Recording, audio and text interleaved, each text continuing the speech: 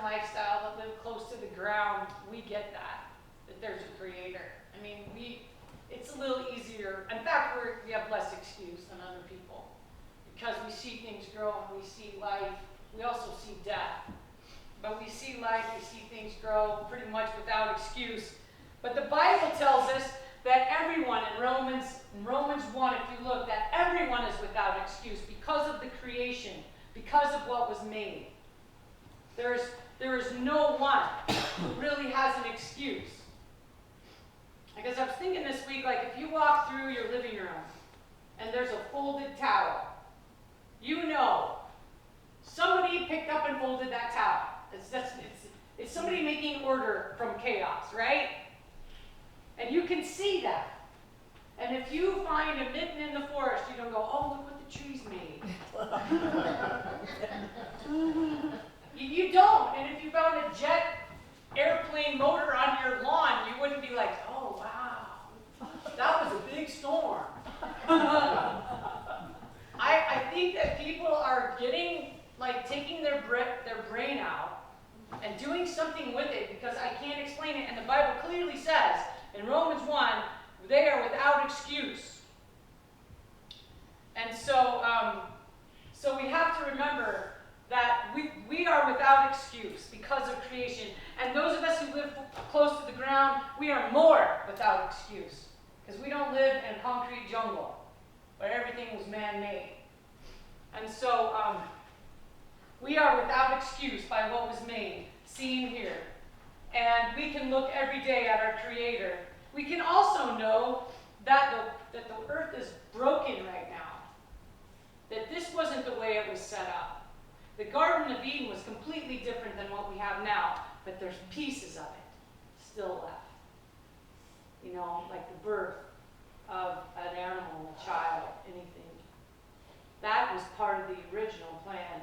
The death, that's not. That came later. That came with the curse. That came with the curse. But we can look around and even look at the sky and know we are without excuse.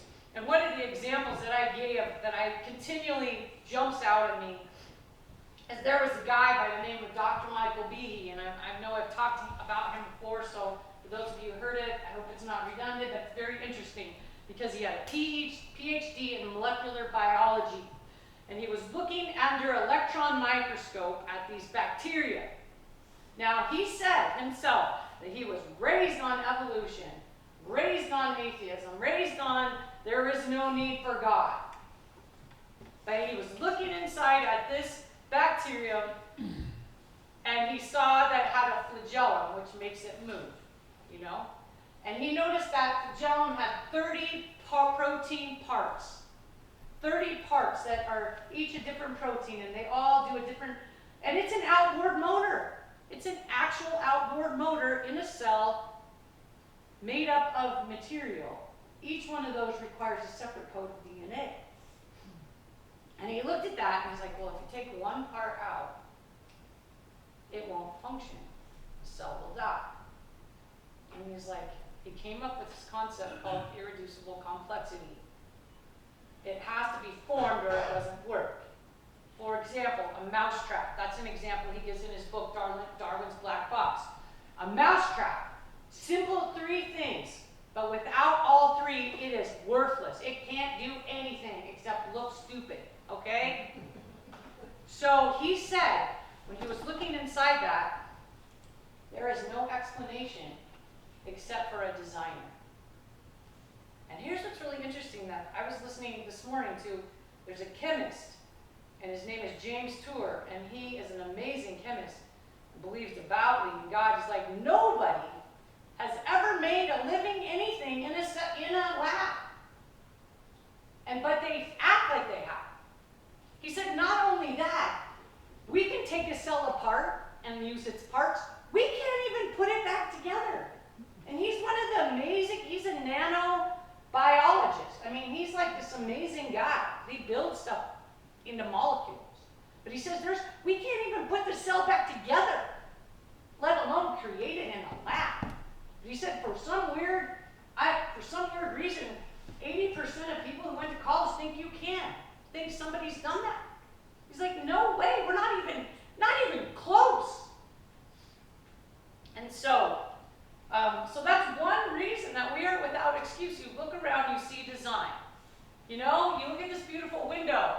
And nobody would say, wow, that's accidentally cool. You know, I mean, it's just, to me, it's just amazingly stupid. And evolutionists are constantly like, you Christians are so dumb. And I'm like, look at you. Don't talk to me about stupidity. I mean, okay, so anyway, I digress. But we see that everywhere around us is proof of God. And another person that we need to mention, because there's different ways to prove God. And one of them, C.S. Lewis, he's an amazing writer, wrote Narnia. He got back from the war, and he was an atheist. He was a new atheist. He's like, there is no God because there's so much suffering. This is C.S. Lewis. But he had this friend, and his name was J.R. Tolkien. J.R. Tolkien was a few years older, and he was a Christian. And he kept talking to C.S. Lewis. And he's like, C.S. Lewis. And C.S. Lewis was like, they like to study mythology. And he's like, this is all just stories and mythology. It has no meaning. And J.R. Tolkien was like, no. The Bible has meaning. It has meaning because look at the natural law. He's like, for example, there's a natural law. Selfishness is never okay. I'm concerned that America is starting to go that way. But if you're wanting to go to a movie, okay, or read a good story, the good story is all about somebody who gave up themselves, sacrificed something for the better good of other people. Every good story is about that because that's the story of Jesus. That's the story of God. God is the one we get our free will from. God is the one that doesn't force anything on anybody. God is the one where all our human rights come. And when people argue, it's about fairness. Well, I give you this, so you give me that, and blah, blah, blah. And it's all about who's fair. Well, if there is no God, it really doesn't matter. So people are like, yeah, there is no God because of suffering. And I'm sure this is what occurred to C.S. Lewis. And he's like, well, if there is no God, who cares? Why do you care? Do what you want. Take what you want. You can't condemn Hitler or Nietzsche or any of the other weirdos or Stalin or any of the other people who ruin the world. You can't condemn them because there is no God and they're just getting theirs. Right? So it occurred to him when he was talking, having these long talks, and sometimes these guys would talk till 4 a.m. over these issues. And then somewhere in the midst of all that, C.S. Lewis was like, you're right. There is an order, and it's a moral order of how things should be. And you can see it by the way people relate to each other. And a good person is always the one who's fair and just and all those things. And he's like, I get it. Jordan Peterson right now, coming to the same conclusion. He was up in Canada and basically got fired or had to resign because he refused to use all the 26 to 32 pronouns. He's like, not gonna do it. You can't make me. And then he didn't even really know, he didn't know Jesus at the time, but he definitely saw something that C.S. Lewis saw, and that is that there is a moral order. And without it, it's chaos. And the moral order means you take responsibility for people, and that is what gives you meaning. Your family, your friends, the things that you do, that's meaning. You take that out, you have chaos and meaninglessness, which is why people are so messed up, so ruined, and so lost, and killing themselves at every turn. And so, and then there was this guy by the name of Lee Strobel. You all know about Lee Strobel, right? Love Lee Strobel. So, he was a reporter for the Chicago Tribune. He was a total atheist, complete atheist, but a very good writer. Well, one day, his wife, go watch the movie if you get a chance. That tells the story way better.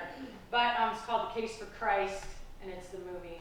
And his wife, they're at a restaurant eating, and this girl, he has one little 4-year-old girl or something, she chokes. And this woman jumps out of the restaurant and gives her the Heimlich, and she saves the girl. So it happened to be that woman was a Christian, so she began to talk to her wife, who was incredibly in debt to the woman who saved her daughter. So then she started going to church with this woman.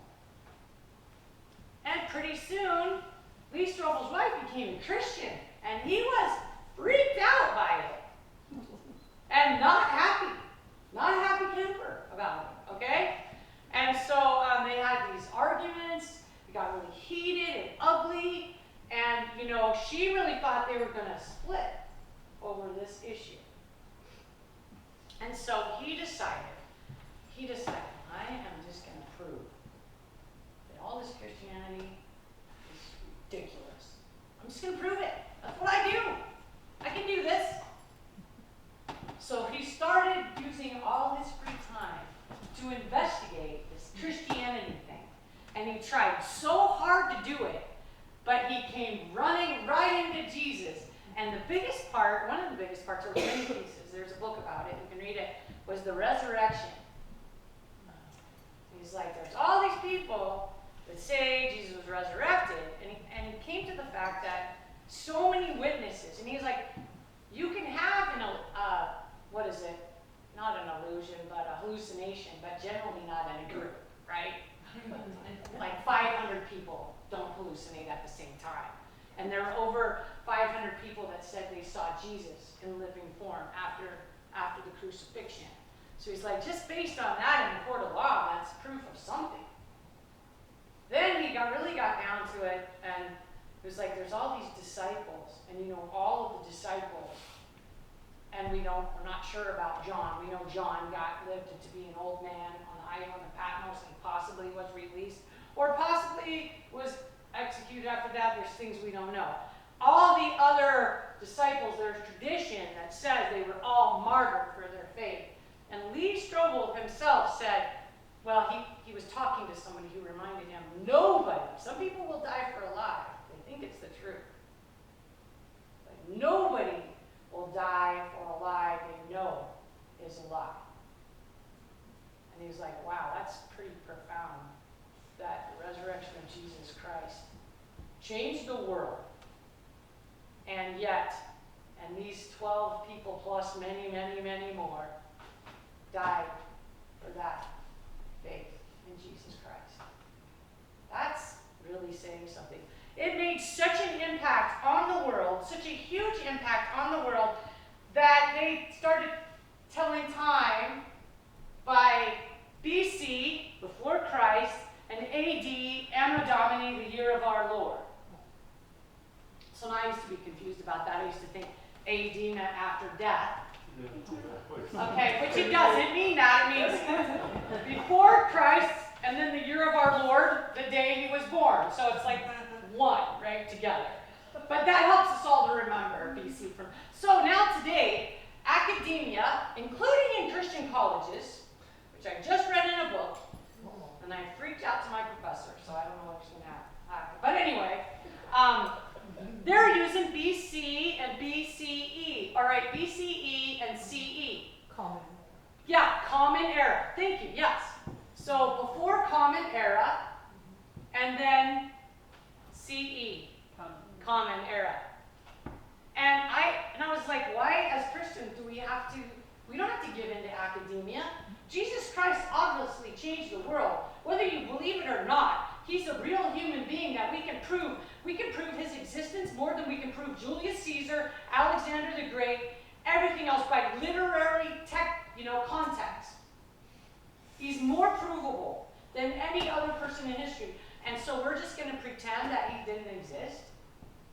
Even in Bible college? I find that offensive. Deeply offensive. And so, anyway, I don't have a clock to watch. So is it 12? Okay, all right, so we better wrap it up. But anyway, I just wanted to bring out those main points, that there is so much evidence for God that people just can't see it because of deception. So we live in a deceived world, and what we have to remember is that the world is lost, and they need us to be the light, right? They need us to be the light. And so it's our job to leave the kind of legacy that people like Hurley and the things that people do, and there are people doing it now that still are living and breathing in this place and changing the community, and that we have to live out that legacy in Jesus Christ. because the proof is amazing. But the problem is that people aren't looking. And Satan is working harder than ever, as you know, to keep people's eyes closed. Because how in the world could you believe that these things, these little molecules, that you can see only with an electron, happen by accident?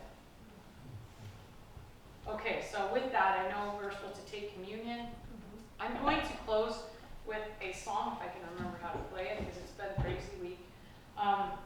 It's just kind of a legacy song, like when you go from this world and then we'll take communion, what will people remember you for? Will you be a bearer of truth and love, or will you just be kind of lost in your own thing, you know? And so, just want to sing this for the people who, when they go, they leave a legacy of Jesus. In this lifetime there are few hearts pure and true, those who give unselfishly, those who love like you. Sure, you will be missed, and there'll be tears to cry, 'cause everything about you makes it hard to say goodbye. So goodbye for now, my friend. Oh, but this is not the end. Good Lord must be calling you, and we'll see you again. And for now there will be pain as the tears fall down like rain. 'Cause everything about you makes it hard to say goodbye.